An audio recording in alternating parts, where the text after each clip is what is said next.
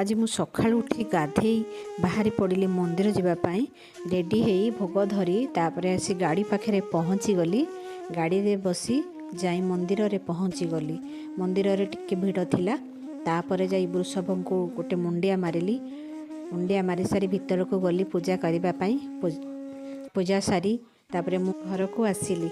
घर को आसी रेडी हो बाहरी पड़िली। साईर बर्थडे पार्टी थिला। छोट पिला माने मिसी समस्ते केक काटिले। तापर मु पेट पूजा सारी घर को आसिली। घर को आसी देखिला बेले को तले मो सासु ससुर आसी ठिया होइछंती। गाड़ी रो सासु ओल्होचंती आ तांको अंटा सीधा करूचंती। तापर से घर को आसिले। आम चकुलिया पंडा बैग धरी आग पलई आसिले।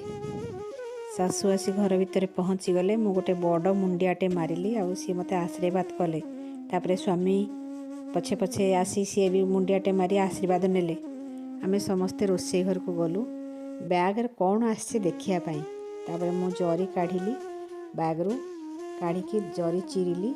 चिरिकी देखिला बेले को तादरे सिंगड़ा आलू चप बरा तरकारी आसीची नाती खाइबा पाई। तापर मु बैग रू परिबा काढ़िली।